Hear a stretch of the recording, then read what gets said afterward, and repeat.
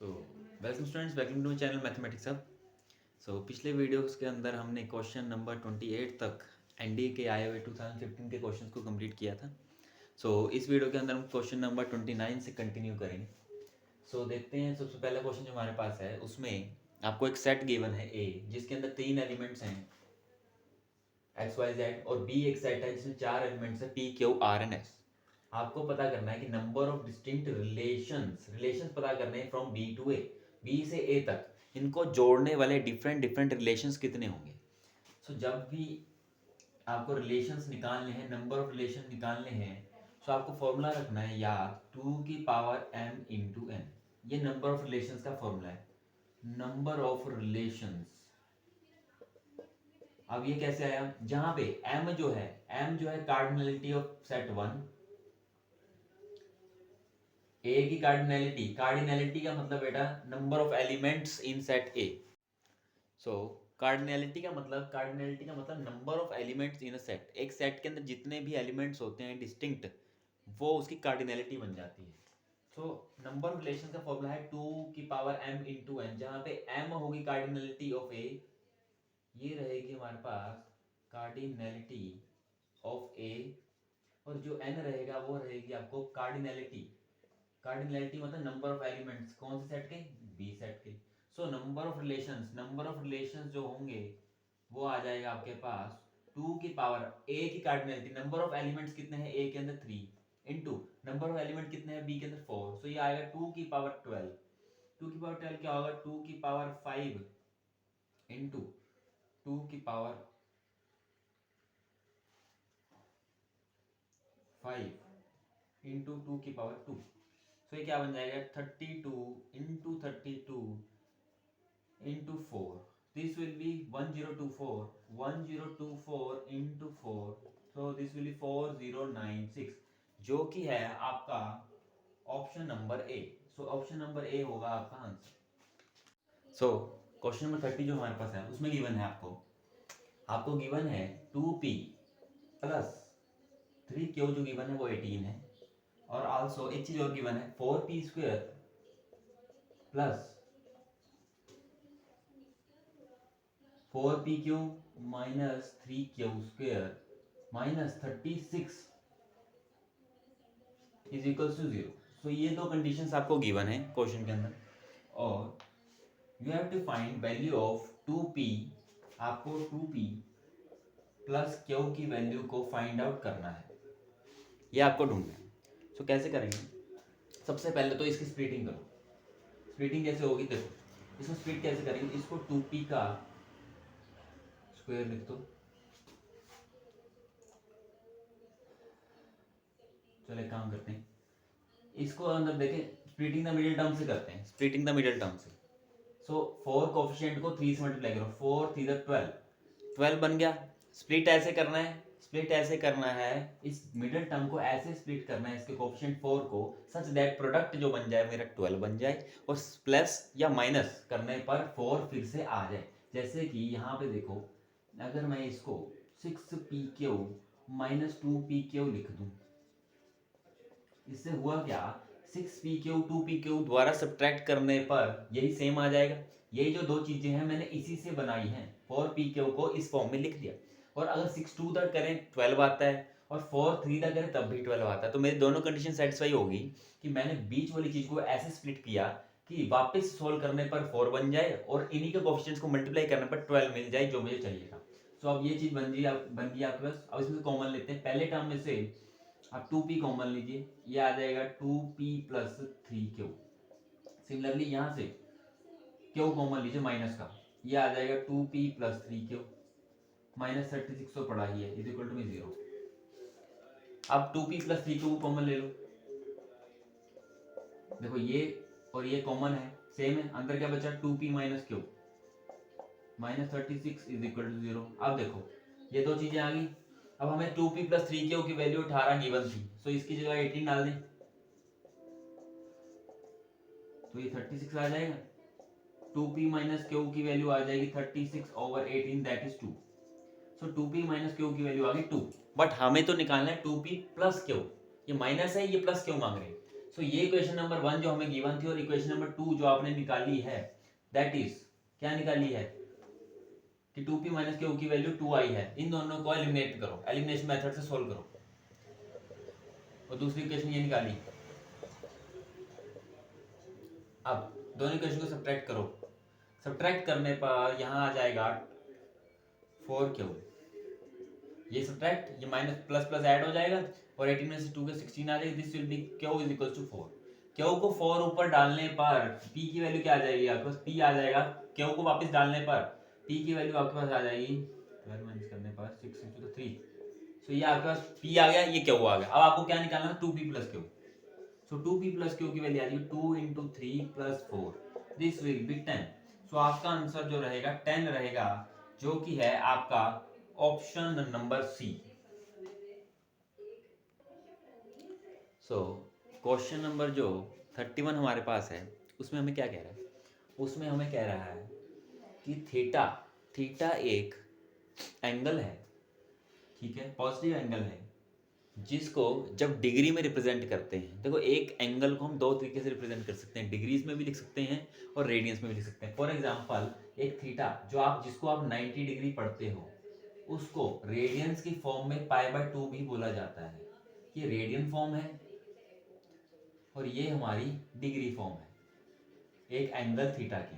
सो एक एंगल को दो तरीकों से लिखा जा सकता है। उसी प्रकार से इन्होंने एक रैंडम एंगल उठाया, कहते हैं एक एंगल थीटा है जिसका एक थीटा डिग्री फॉर्म है और इसी एंगल को हम थीटा रेडियन फॉर्म में भी लिख रहे हैं। एक ही एंगल को हम रेडियन फॉर्म में भी लिख सकते हैं, पाई की फॉर्म में लिख सकते हैं, एक एंगल को हम डिग्री फॉर्म में भी लिख सकते हैं। अब गिवन क्या है, कहते हैं when theta in degrees is divided by the theta expressed in radiance. कहते हैं जब इस थीटा को जब डिग्री में रिप्रेजेंट करते हैं और उसको डिवाइड कर दें इसी थीटा की वैल्यू रेडियंस की फॉर्म में, जैसे कि थीटा डिग्री में जो रिप्रेजेंट किया है 90, उसी को हमें रेडियंस की फॉर्म में जो एक्सप्रेस किया π/2, अगर इसको डिवाइड करते हैं तो कुछ आंसर आता है। फॉर एग्जांपल इसके हिसाब से काम करो, कोई जर्नल थीटा है जिसकी जो डिग्री रिप्रेजेंटेशन है उसको मैं उसी की रेडियन रिप्रेजेंटेशन से जब डिवाइड करता हूं तो मेरे पास आंसर जो आता है वो आता है 180/π। ये कहा इन्होंने पहली इक्वेशन में। सो यहां से हमारे पास क्या आ गया, थीटा, ठीक है, थीटा डी की वैल्यू आ गई हमारे पास 180 थीटा आर बाय पाई। ये आ गया इक्वेशन नंबर 1। ये आया हमारे पास इक्वेशन नंबर 1। अब क्या कह रहे हैं, वही थीटा की वैल्यू डिग्रीज में जब मल्टीप्लाई की जाती है रेडियंस के साथ, मतलब ये थीटा डी वाला रिप्रेजेंटेशन जो मल्टीप्लाई कर जाता है इसी एंगल की रेडियन के एक्सप्रेशन से, तब हमारे पास जो आंसर आता है वो 125π/9 आंसर आता है। ये इक्वेशन 2। सो ये देखो एक थीटा था जिसका डिग्री रिप्रेजेंटेशन था और रेडियन रिप्रेजेंटेशन था, दोनों को डिवाइड करके ये आंसर आ रहा है। इसी की डिग्री रिप्रेजेंटेशन और इसी की रेडियन रिप्रेजेंटेशन को मल्टीप्लाई करने पर आंसर आ रहा है ये। अब कहते हैं जो एक्चुअल थीटा था वो ढूंढ के बताओ कि थीटा है क्या था। सो थीटा क्या था, अब यहाँ से थीटा डी की वैल्यू उठाई, यहाँ डाली 180 pi theta r into theta r is equal to 125π/9। Clear. Theta r का स्क्वायर जो है वो आ गया 125π/9 इंटू में चला जाएगा, पाई ऊपर चला जाएगा, वो इधर से 180 आ जाएगा। ठीक,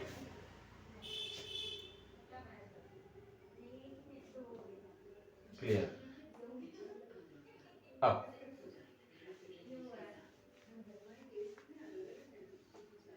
सो एक पाई जो है यहाँ पे, इस पाई को मैं 180 डिग्री लिख सकता हूँ। 180 से 180 कैंसिल आउट, इस पाई को भी मैं 180 लिख दूं, 9 से चला जाएगा बेटा 20 पे। सो आपके पास थीटा आर का स्क्वायर जो आ गया वो आ गया 125 इंटू 20।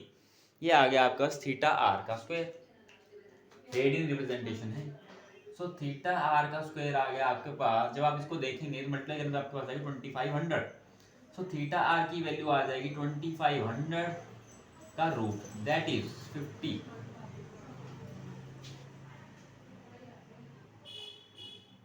क्लियर। सो जो आपके पास आंसर आया है वो आंसर आया आपके पास 50 डिग्री। सो आपका ऑप्शन नंबर सी जो होगा वो करेक्ट आंसर होगा इस क्वेश्चन का। सो क्वेश्चन नंबर 32 जो हमारे पास है उसमें कह रहे हैं इन ट्रायंगल एबीसी, एक ट्रायंगल है एबीसी,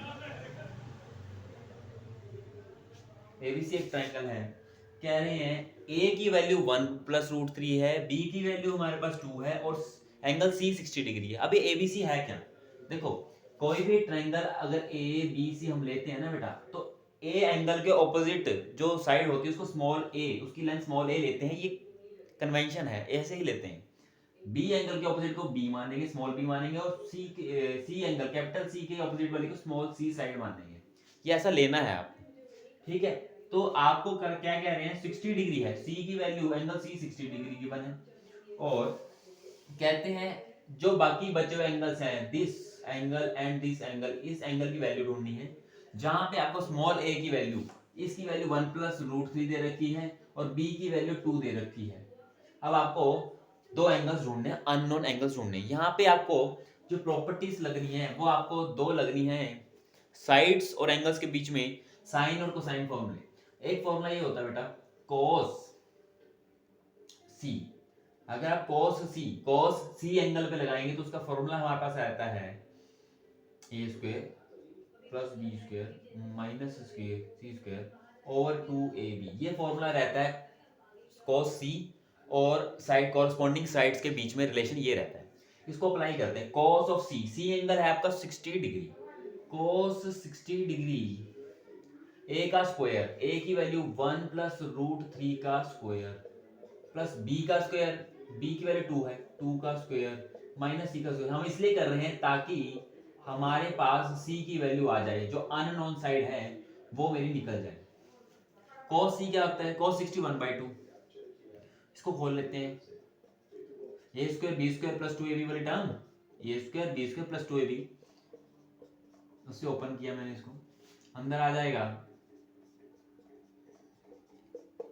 अब बाय क्रॉस कर देते, पहले एक काम करते हैं, इसको उधर ले जाते हैं और इसको उधर ले जाते हैं। सो चलो पहले ऐड ही कर लेते हैं, 1 और 3 ऐड करने पर 4 आएगा, 4 और 4 ऐड करने पर 4 और 4 ऐड करने पर ये 8 बन जाएगा। सो ये आ जाएगा हमारे पास, ये क्लियर। अब उसको उधर ले जाओ, उसको उधर ले जाओ, 4 प्लस 4 रूट 3, ये मल्टीप्लाई करा अंदर और उधर ले गया by cross, 2 into 8 plus 2 root 3 minus c square. So ये क्या आ गया, 4 plus 4 root 3 is equal to 16 plus 4 root 3 minus c square. 4 root 3 से 4 रूट 3 कैंसल आउट हो जाएगा, सो वहां सी स्क्वायर चला जाएगा और इधर आ जाएगा हमारे पास 16 माइनस 4,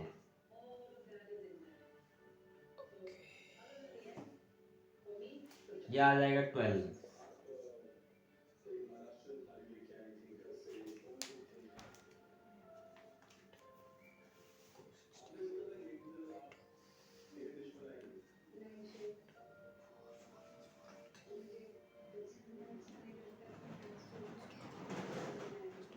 ओके यहाँ पे भी एक गलती हुई है कि 2 जो है ये पूरे के साथ था, तो 2c स्क्वायर आएगा, तो this will be 2c square, तो c स्क्वायर की value, so c square will be 12, 2c square equal 12, so c square की वैल्यू 6 आएगी और c की वैल्यू आएगी under the root 6। So c आपका निकला है बेटा अंडर द रूट 6।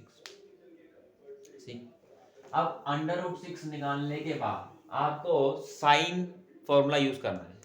हमें जाना कहाँ तक है, हमें अननोन एंगल्स ढूंढने हैं, अननोन एंगल्स ढूंढने हैं ए एंड बी। सो अब एक साइन फॉर्मूला भी होता है, वो भी याद रखो, sine a over a is equals to sine b over b is equals to sine c over c. पहले हमने क्या किया, ये फॉर्मूला लगाया cos c का, वहां से स्मॉल c की वैल्यू ढूंढी, उसकी हेल्प से हम इसको निकालेंगे, बाकी अननोन एंगल्स को ढूंढेंगे। कैसे, साइन ए नहीं पता कोई बात नहीं, बट इसके नीचे क्या था, ए, स्मॉल ए की वैल्यू आपको 2 गिवन थी, is equal to sine B नहीं पता, बट इसके नीचे जो ए की वैल्यू थी 1 प्लस रूट 3 और साइन बी था 2, साइन सी पता था हमें, sine C angle 60 degree given था, ओवर में हमने अभी निकाला है स्मॉल सी की वैल्यू रूट 6, ये फॉर्मूला हम अप्लाई कर रहे हैं। क्लियर, ये सारे रेशियो आपस में बराबर होती हैं। सो हम कंसीडर करते हैं इन दोनों को पहले, जब इन दोनों को कंसीडर करेंगे, देखना जरा ध्यान से, साइन बी ओवर 2, साइन 60 की वैल्यू होती है √3/2, तो ये बन जाएगा √3/2 √6। √3/2 तो हमने उसकी वैल्यू डाली और √6 नीचे पड़ा ही था, 2 से 2 कैंसिल आउट हो जाएगा, √3 से कैंसिल होने पर ये √2 नीचे बच जाएगा। तो साइन बी की वैल्यू आ जाएगी 1/√2, और 1/√2 कहाँ होता है, साइन कौन से एंगल पर 1/√2 देता है, वो देता है मेरे पास 45 पे। तो साइन 45 इज इक्वल टू 1/√2 होता है, तो बी एंगल जो था, सो बी एंगल आ गया आपके पास 45 डिग्री। एंगल सी तो आपको गिवन ही था 60 डिग्री, इसको ऐड करने पर 180 में से माइनस कर लेंगे, क्योंकि टोटल सम 180 होता है ना, ये ऐड करने पर आएगा 105 यस। सो एंगल ए जो आ जाएगा माइनस करने पर आ जाएगा 75 डिग्री। तो ये आपके आंसर रहेगा इस क्वेश्चन के। जो बाकी बचे हुए एंगल्स हैं वो आएंगे 45 डिग्री एंड 75 डिग्री रिस्पेक्टिवली, जो कि है आपका option number A. So question number 33 के अंदर हमारे पास क्या है, let alpha be the root of the given equation. आपको इक्वेशन गिवन है, जो इसके रूट्स निकलेंगे बेटा उसको नाम देना आपने, नाम देना आपने अल्फा। क्लियर, जहां पे अल्फा कहां से कहां तक लाई करता है, π/2 से लेकर पाई तक, मींस ये सेकंड क्वाड्रेंट में अल्फा आपका लाई करेगा। सो आपने अब बात करनी है, इसको सॉल्व करना है, और उसके बाद हमें पूछा गया है tan अल्फा की वैल्यू। आपको अल्फा निकालने के बाद tan अल्फा की वैल्यू को फाइंड आउट करना है। सो कैसे करेंगे, देखो पहले तो इक्वेशन उठा लेते हैं, 25 cos square theta plus 5 cos theta minus 12 is equal to 0। Clear, इसके बाद काम करते हैं, 25 इंटू 12, 25 इंटू 12 कितना होता है, 25 इंटू 12 होता है हमारे पास 300। सो आपने मिडिल टर्म को ऐसे स्प्लिट करना है, मिडिल टर्म के कोफिशिएंट को ऐसे लिखना है, ऐड या सब्ट्रैक्ट करने पर 5 बन जाए और मल्टीप्लाई करने पर 300 बन जाए। सो स्प्लिटिंग क्या रहेगी इसकी, इसकी स्प्लिटिंग रहेगी 20 cos theta minus 15 cos theta, क्योंकि 20 15 माइनस करने पर 5 आएगा और 20 इंटू 15 मेरे पास फिर से 300 आ जाएगा। अब कॉमन लेते हैं पहले दो में से, इनमें से 5 cos थीटा कॉमन लेने पर you will get 5 cos theta minus +4, और ऐसे ही यहां से 3 कॉमन लेने पर 3 कॉमन लेने पर cos थीटा +4 अंदर बचेगा, 5 cos थीटा +4 आपके पास अंदर बचेगा। सो 5 cos थीटा आपके पास, ओके 5 cos थीटा -3 और 5 cos थीटा +4 आपके पास रहेंगे।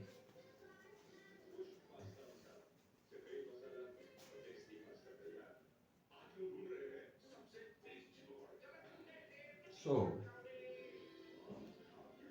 ये इक्वल टू 0 है, तो यहाँ से cos थीटा की वैल्यू आ गई, एक तो 3/5 और एक cos थीटा की वैल्यू आ गई -4/5। दो रूट्स हमारे पास निकले, एक तो cos थीटा की वैल्यू 3/5 और -4/5। जो रूट्स हैं उनको अल्फा रिप्रेजेंट किया गया है, और बोला गया है कि जो अल्फा है मींस cos थीटा की जो वैल्यू है वो π/2 से पाई में लाई करती है, और हमें पता है सेकंड क्वाड्रेंट के अंदर cos नेगेटिव होता है, सो वो ये वाली वैल्यू को उठाए, सो ये वैल्यू हमारे आंसर रहेगी। क्लियर, अब पूछा क्या गया है, अब cos थीटा -4/5 आपके पास आ गया है, ये वैल्यू क्रॉस कर दी, ये ले ली, क्योंकि सेकंड क्वाड्रेंट की वजह से नेगेटिव वैल्यू को हमने उठाया। अब एक ट्रायंगल बनाओ, ठीक, -4/5 क्या होता है, अगर ये एंगल ले ले हम, -4 बेस अपॉन हाइपोटेन्यूज 5 आ गया, पाइथागोरस लगाने पर परपेंडिकुलर आपकी 3 आ जाएगी। क्लियर, अब ये बेस है बेटा आपका, ये बेस है, ये परपेंडिकुलर है, और ये आपका हाइपोटेन्यूज हो चुका है। अब आपको निकालने को क्या बोला था, tan अल्फा निकालना था, tan अल्फा निकालना था। तो देखो tan अल्फा होता है क्या, perpendicular upon base, perpendicular upon base, perpendicular is 3, base is equal to 5। So आपका जो आंसर रहेगा tan अल्फा का, सो tan अल्फा जो आपके पास रहेगा वो रहेगा आपका 3/5, 3/5। अब इसी के इस अगले पार्ट के अंदर, सॉरी, जो बेस है हमारा 4 है, -4 है, सो tan अल्फा की जो वैल्यू रहेगी -3/4 रहेगी। मैंने हाइपोटेन्यूज लगा दिया था नीचे। सो -3/4 आएगा आपको tan अल्फा। सो इसी का जो नेक्स्ट पार्ट है 34th क्वेश्चन जो है वो इसी के ऊपर कंटिन्यूड है।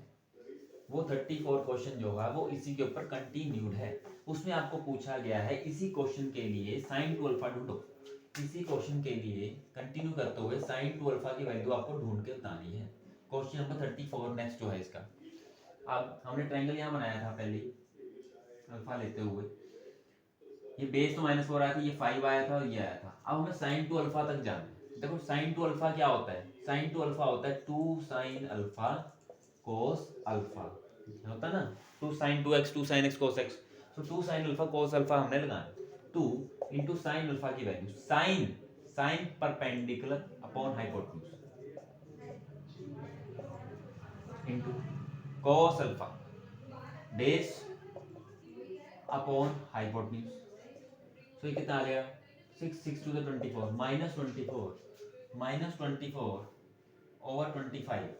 ओवर 25 जो होगा आपका आंसर आ जाएगा sin 2 अल्फा।